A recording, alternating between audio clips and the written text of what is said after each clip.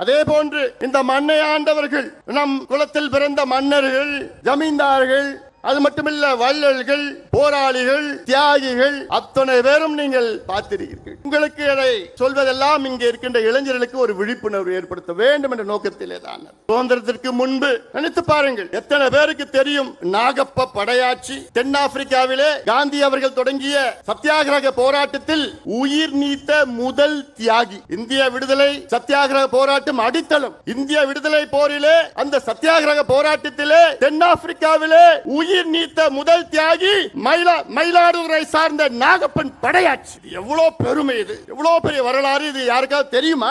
ஏன் பின்னாடி படையாட்சின்னு பேர் வருது? வேற எந்த காரணம் இல்ல. அஞ்சலை அம்மாள் வீரத்தாய், கடலூரை சார்ந்தவர். காந்தி அவர்களை பார்க்க நேரில் வந்தவர். அது மட்டுமில்ல, காந்தி அவர்கள் பார்க்க வேண்டும் என்று மருதாணிந்து குதிரையிலே அங்கே காந்தி அவர்களை சந்தித்தார் அஞ்சலை அம்மாள். அவரும் இன்னைக்கு இந்திய அளவிலே சுதந்திர போராட்ட வீரர் என்று வந்திருக்க வேண்டும். ஏன் வரல?